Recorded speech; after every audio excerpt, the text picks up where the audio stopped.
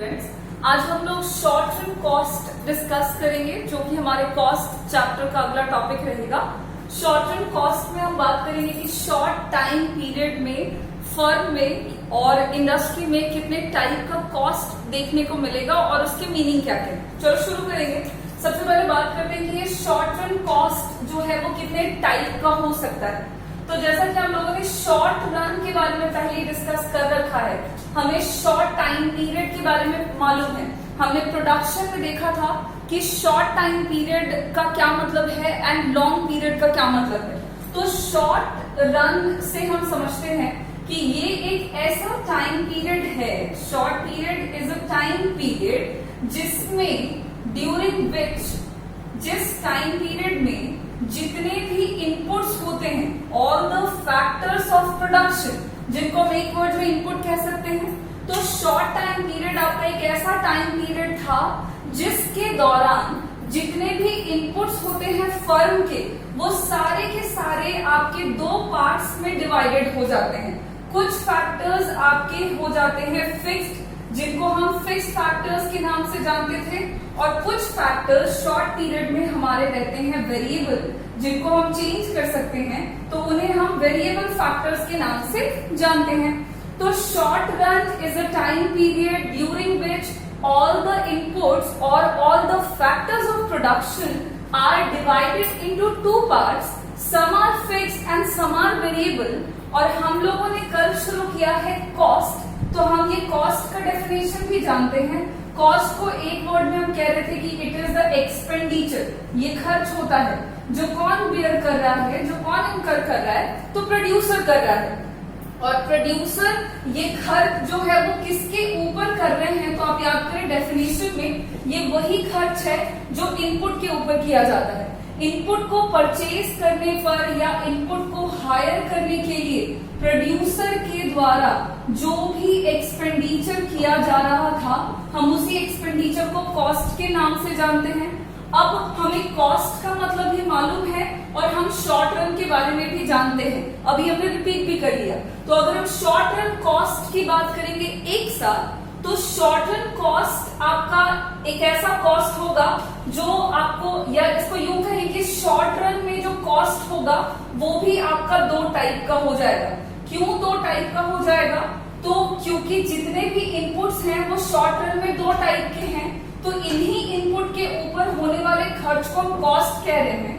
तो क्योंकि इनपुट ही हमारे दो टाइप के हैं, तो इनके ऊपर जो खर्च होगा वो भी दो टाइप का होगा, इसलिए फिक्स फैक्टर्स के ऊपर जो कॉस्ट इनकर किया जाएगा प्रोड्यूसर के द्वारा उसे हम कहेंगे फिक्स्ड कॉस्ट, और वेरिएबल फैक्टर्स के ऊपर जो कॉस्ट इनकर किया जाएगा या फिर जो एक्सपेंडिचर किया जाएगा प्रोड्यूसर के द्वारा उसे हम कहेंगे वेरिएबल कॉस्ट। तो शॉर्ट रन में आपको टोटल दो तरह की कॉस्ट देखने को मिलेंगे, एक है आपका फिक्स कॉस्ट और दूसरा रहेगा आपका वेरिएबल कॉस्ट। अब जाने कि वेरिएबल कॉस्ट और फिक्स कॉस्ट को हम डिफाइन कैसे करेंगे, इन दोनों में बेसिक डिफरेंस क्या क्या है, और एग्जाम्पल से हम इनको और ज्यादा क्लियर कर देंगे। तो सबसे पहले बात करेंगे हम लोग फिक्स कॉस्ट पे कि फिक्स कॉस्ट को हम डिफाइन कैसे करेंगे या इसका मीनिंग क्या है। तो देखना बहुत ही सिंपल है। Fix cost refers to the expenditure. अब कॉस्ट है तो एक्सपेंडिचर तो रहेगा ही रहेगा, ठीक है। तो ये एक्सपेंडिचर है, मोस्ट ऑफ चीजें कॉमन रहने वाली है कि ये एक्सपेंडिचर है जो इनकर किया जाता है बाय द प्रोड्यूसर। प्रोड्यूसर के द्वारा ये खर्च उठाया जाता है ऑन द परचेज और हायरिंग, खरीदने पर या किराए पर लेने पर। और सिर्फ एक चीज जो आपको यहाँ पे और अलग से ध्यान में रखनी है, that is fixed factors of production. कहने का मतलब हुआ, पहले इसका डेफिनेशन देखेंगे फिर मीनिंग देखते हैं। Fixed cost refers to the expenditure incurred by the producer on the purchase or hiring of fixed factors of production। मतलब फिक्स्ड कॉस्ट आपका वो कॉस्ट कहलाएगा, ये वो एक्सपेंडिचर है जो प्रोड्यूसर के द्वारा किया जाता है फिक्स्ड फैक्टर्स को खरीदने के ऊपर या फिक्स्ड फैक्टर्स को हायर करने के लिए, आउटपुट को प्रोड्यूस करने के लिए। तो डेफिनेशन बहुत क्लियर है, फिक्स्ड फैक्टर्स को खरीदने पर जो खर्च करेंगे उसे फिक्स्ड कॉस्ट कहेंगे, सिंपल। अब बात करेंगे फिक्स्ड कॉस्ट के बारे में, कुछ दो तीन बातें हैं जो इम्पोर्टेंट है। अब नाम से पता लग रहा है फिक्स्ड, तो देखो इसका नेचर कैसा रहेगा। फिक्स कॉस्ट जो है आपका वो रिमेन्स कांस्टेंट रहने वाला है। ये कांस्टेंट रहेगा कब? At all level of output produce. कहने का मतलब हुआ, मान लिया आप एक यूनिट ऑफ आउटपुट का प्रोडक्शन करते हैं और यहाँ पे हम फिक्स कॉस्ट देख रहे हैं, ठीक है। तो जब आप एक यूनिट ऑफ आउटपुट का प्रोडक्शन करोगे तो सपोज कीजिए कि फिक्स कॉस्ट जो है वो आपका ₹10 आ रहा है। सपोज करें कि एक यूनिट ऑफ आउटपुट को बनाने में जो फिक्स कॉस्ट लगता है वो ₹10 लगता है। अब अगर आउटपुट का प्रोडक्शन 1 से बढ़ा के आपने 2 किया है तो फिक्स कॉस्ट जो है ये आपका रिमेन्स कांस्टेंट रहेगा एट ₹10 पर यूनिट। उसके अलावा अगर आउटपुट का प्रोडक्शन 2 से बढ़ के 3 हो गया तो भी फिक्स कॉस्ट जो है वो रिमेन्स कांस्टेंट रहने वाला है एट ₹10। अगर 4 हो गया है तो भी ये 10 रहेगा।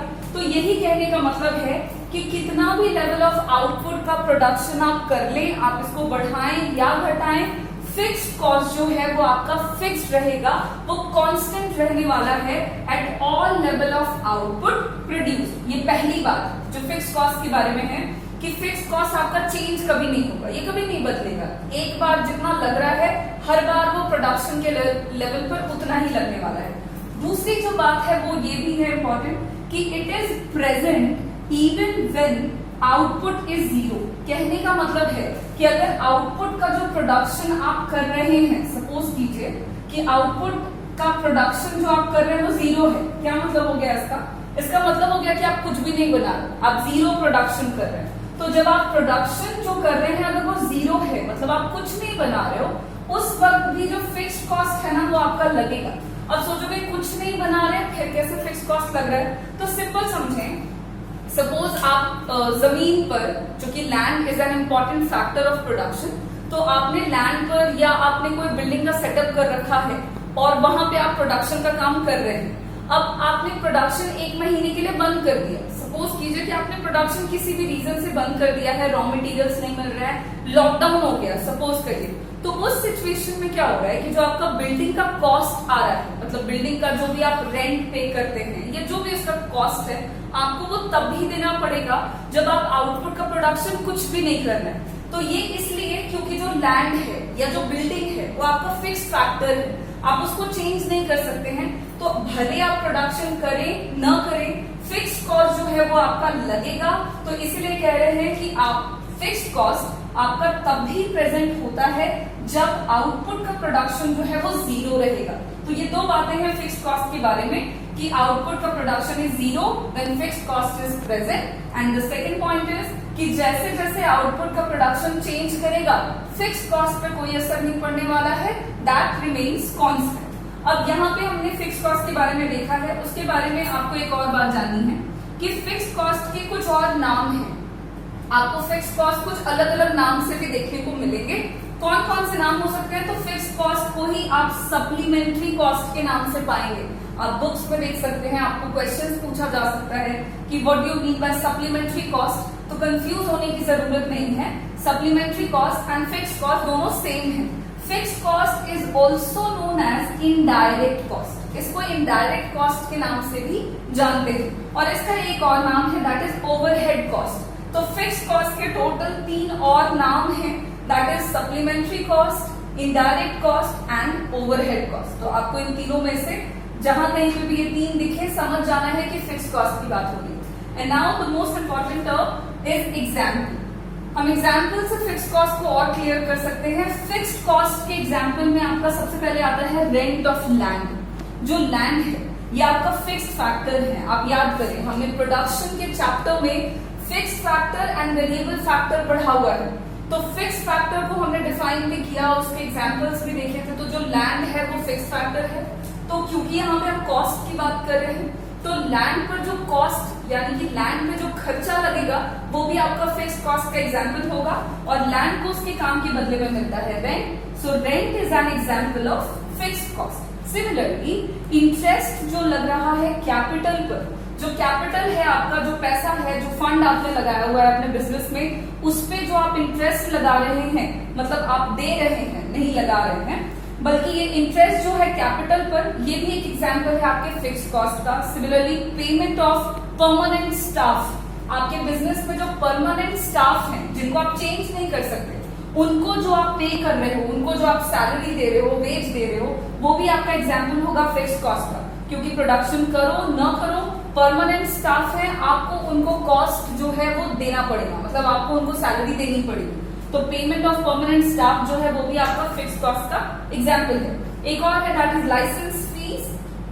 लाइसेंस फी जो है वो भी एग्जाम्पल है फिक्स्ड कॉस्ट के। प्रोडक्शन करो नहीं करो, लाइसेंस आपका फेल हो रहा है, आपको रिन्यू कराना है, तो उन सारी चीजों के लिए जो कॉस्ट आपका लग रहा है वो आपको तब भी लगेगा जब आप उसका इस्तेमाल नहीं कर रहे हैं। आप ज्यादा काम कर रहे हैं तब भी लाइसेंस भी देना है। तो लाइसेंस फी जो है वो एग्जाम्पल है आपके फिक्स्ड कॉस्ट का। एक और है that is cost of plant and machinery.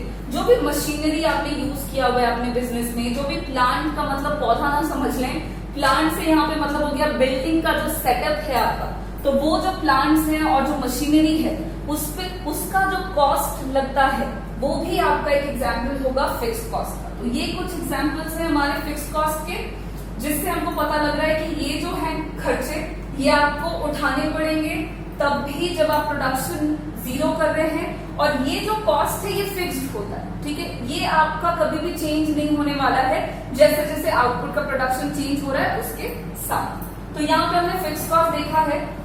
अब बात करते हैं हमारे दूसरे कॉस्ट की जो कि है वेरिएबल कॉस्ट, और देखें कि इसको कैसे डिफाइन कर सकते हैं और इसके एग्जाम्पल से भी इसको क्लियर करेंगे।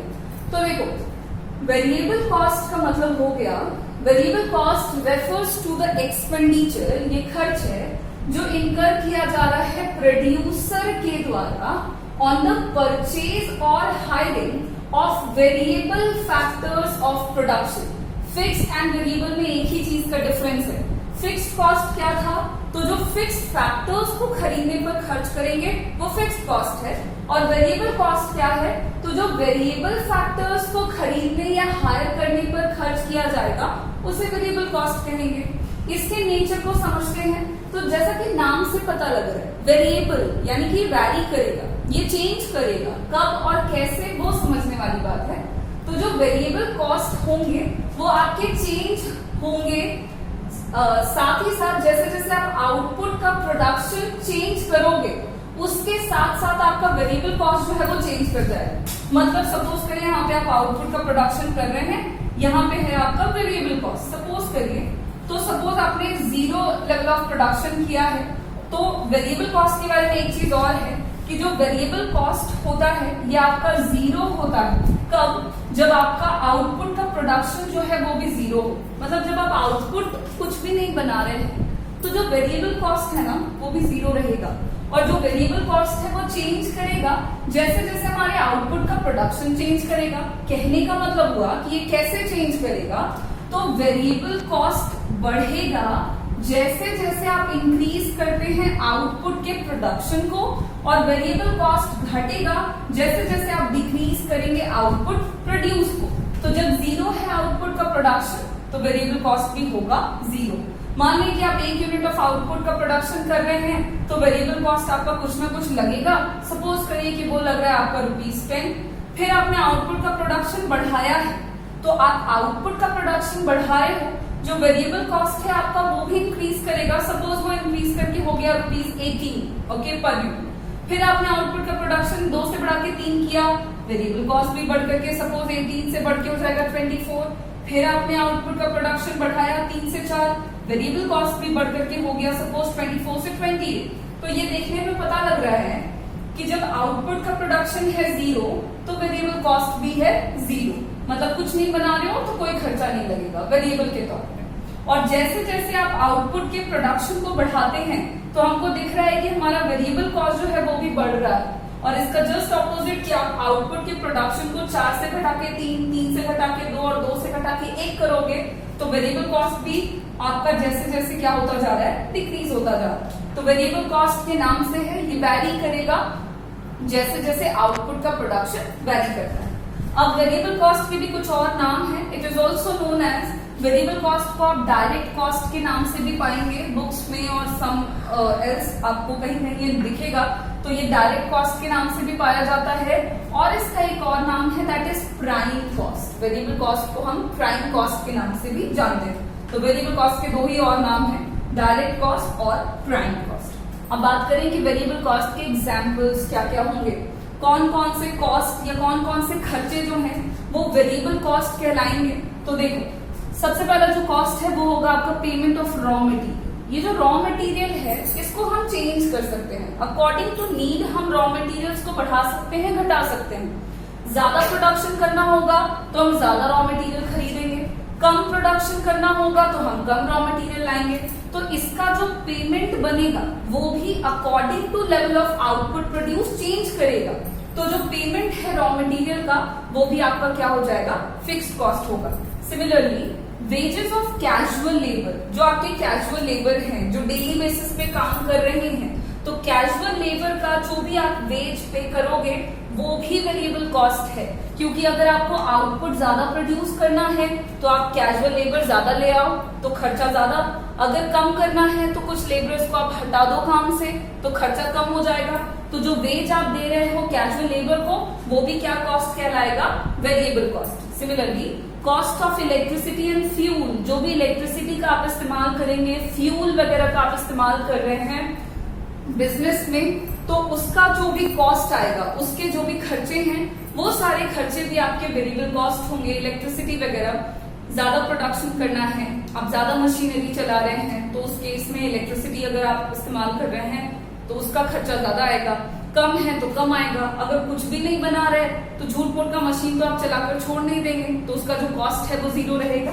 तो इस केस में इलेक्ट्रिसिटी एंड फ्यूल वगैरह का जो भी कॉस्ट है वो आपका वेरिएबल कॉस्ट होगा। And next is wear and tear expenses, आपके अलग से कुछ छोटे मोटे टूट फूट के खर्चे हो गए। वियर एंड टियर एक्सपेंसेस का मतलब हो गया जो छोटे मोटे खर्चे होते हैं बिजनेस में, हर जगह होते हैं, तो वो सारे कॉस्ट जो है वो भी आपके वेरिएबल कॉस्ट के ही अंदर आएंगे। वियर एंड टियर एक्सपेंडिचर में आप ले सकते हो जैसे कि बिजनेस चल रहा है, आप काम करवा रहे हैं अपने फैक्ट्री में, अपनी इंडस्ट्री में, उस केस में काम के दौरान कोई मशीन टूट गई या किसी भी तरह का कोई नुकसान हो गया तो उसको ठीक कराने पर जो भी आप खर्च दे रहे हो, लेबरर्स आपके काम पे आ रहे हैं, आप उनको चाय पानी दे रहे हो तो उनका जो भी कॉस्ट बनेगा, ये सारे जो खर्चे हैं ये वियर एंड टियर एक्सपेंसेस के अंदर आते हैं। और ये भी एक एग्जाम्पल होगा आपका वेरिएबल कॉस्ट का, क्योंकि ये भी वैरी करेगा जैसे जैसे लेवल ऑफ प्रोडक्शन जो है वो चेंज होगा।